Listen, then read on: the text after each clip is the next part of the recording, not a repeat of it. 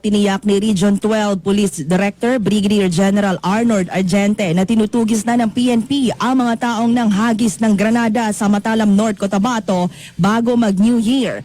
Kasabay nito, kinundina ni Argente ang anyay kawalan ng respeto sa buhay at gawain ng mga duwag na taong ang nais ay manakit ng kapwa. Sa isang pahayag, sinabi ni Argente na ang paghagis ng granada sa mga inosenteng mamamayan ay gawaing kriminal na hindi maaaring palampasin na hindi napaparusahan.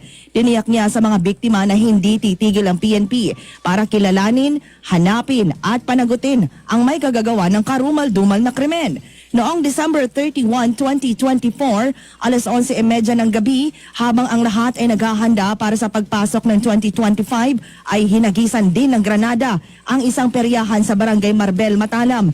Ito ay nagresulta sa pagkasawi ng isa at pagkasugat ng 5 iba pa.